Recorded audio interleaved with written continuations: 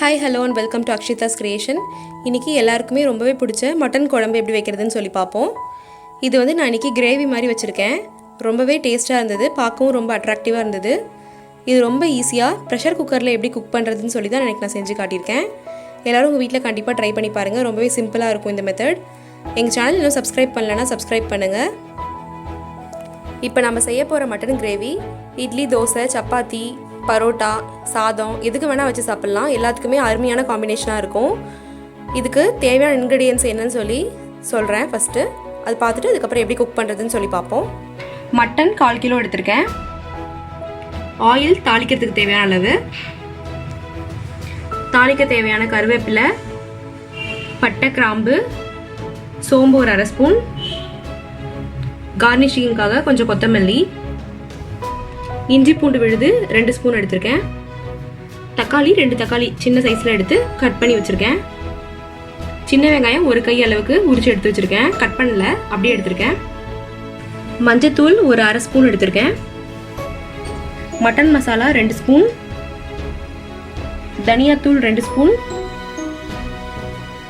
கரம் மசாலா ஒரு 1/2 டீஸ்பூன் எடுத்திருக்கேன். அதனால கரம் மசாலாவையும் கொத்தமல்லி தூளையும் மிக்ஸ் பண்ணி எடுத்திருக்கேன்.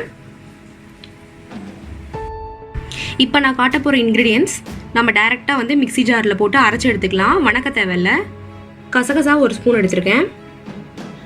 தேங்காய் ஒரு சின்ன கப்பில் ஃபுல்லாக துருவி எடுத்து வச்சுருக்கேன். பட்டை 2, கிராம்பு 2, மிளகு வந்து ஒரு 8, சோம்பு ஒரு 1/2 ஸ்பூன், சீரகம் ஒரு 1/2 ஸ்பூன். இது எல்லாத்தையும் ஃபஸ்ட்டு நம்ம ஜாரில் போட்டு அரைச்சி எடுத்துக்கலாம். வணக்க தேவையில்லை. ஜாரில் இப்போ கசகசா சேர்த்துக்கிறேன்.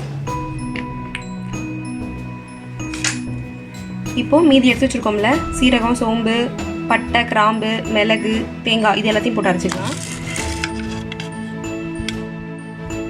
லைட்டாக தண்ணி விட்டு நல்லா பேஸ்ட் மாதிரி அரைச்சி வச்சுக்கோங்க. இது நம்ம கடைசியாக தான் சேர்த்த போகிறோம். நம்ம முன்னாடியே வந்து அரைச்சி ரெடி பண்ணி விட்டு வச்சுக்கலாம்.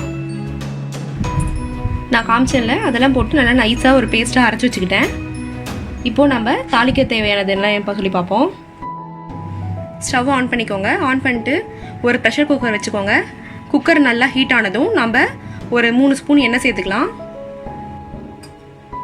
எண்ணெய் சேர்த்துக்க போகிறேன். எண்ணெய் நல்லா ஹீட் ஆகணும். ஹீட் ஆனதும் நம்ம வச்சுருக்க பட்டை, கிராம்பு, சோம்பு இது 3 சேர்த்துக்கலாம். இப்போ எண்ணெய் கொஞ்சம் ஹீட் ஆகிடுச்சு, நான் சேர்த்துக்க போகிறேன். எண்ணெய் நல்லா பொரிஞ்சிருச்சு. இப்போது நம்ம வச்சுருக்க ஆனியன் சேர்த்துக்கலாம்.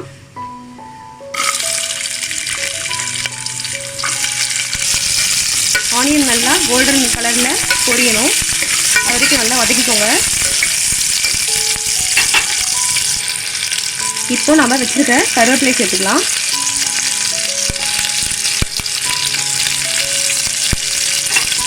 லைட்டாக மிக்ஸ் பண்ணி விடுங்க. இப்போது நம்ம வச்சுருக்க இஞ்சி பூண்டு விழுது சேர்த்துக்கலாம். இஞ்சி பூண்டு நல்லா பச்சை வாசம் போகிற மாதிரி நல்லா வதக்கிக்கோங்க.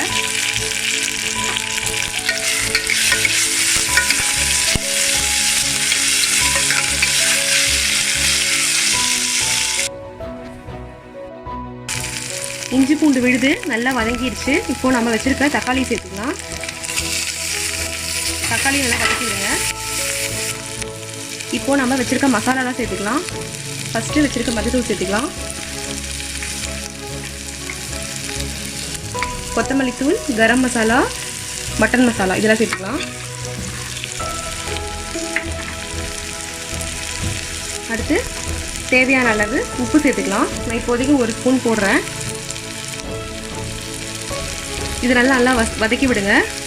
பச்சை வாசம் போகிற மாதிரி நல்லா வதக்கிக்கோங்க. மசாலாலாம் நல்லா வதங்கியாச்சு. இப்போது நம்ம இதில் வச்சுருக்க மட்டனை சேர்த்துக்கலாம்.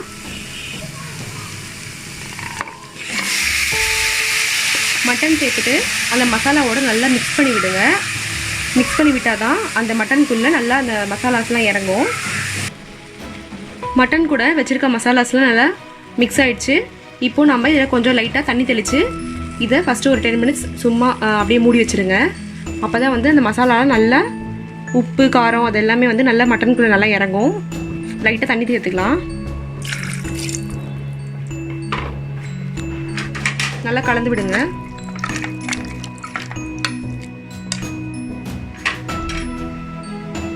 குக்கர் மூடியை சும்மா திருப்பி அப்படி மூடிவிங்க.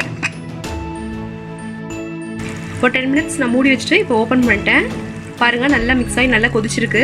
இப்போ வந்து நம்ம அரைச்சி வச்சிருக்க பேஸ்ட்டை இதோட சேர்த்துக்கலாம். நான் அரைச்சி வச்ச பேஸ்ட்டோட தண்ணி கலந்து வச்சுருக்கேன். இப்போ அதை நம்ம சேர்த்துக்கலாம். இது கூட எக்ஸ்ட்ரா வந்து கொஞ்சம் தண்ணி சேர்த்துக்கிட்டு, உங்களுக்கு குழம்பு அதிகமாக வேணும்னா கொஞ்சம் தண்ணி அதிகமாக சேர்த்துட்டு மூடி வச்சுக்கோங்க. உப்பு காரம் இந்த டைமில் நீங்கள் கரெக்டாக இருக்கான்னு டேஸ்ட் பார்த்துட்டு அப்புறமா நமக்கு இது கொஞ்சம் கொதிச்சதுக்கப்புறமா குக்கரை நம்ம க்ளோஸ் பண்ணி வச்சிடலாம். இப்போது உப்பு காரம் பத்தலைன்னு சொல்லி நான் கொஞ்சம் எக்ஸ்ட்ரா ஆட் பண்ணிட்டேன். நம்ம இப்போ இந்த குக்கரை வந்து க்ளோஸ் பண்ணி வச்சிடலாம். க்ளோஸ் பண்ணி ஒரு 5 விசில் விட்டு நான் ஆஃப் பண்ண போகிறேன். க்ளோஸ் பண்ணி வச்சுருங்க.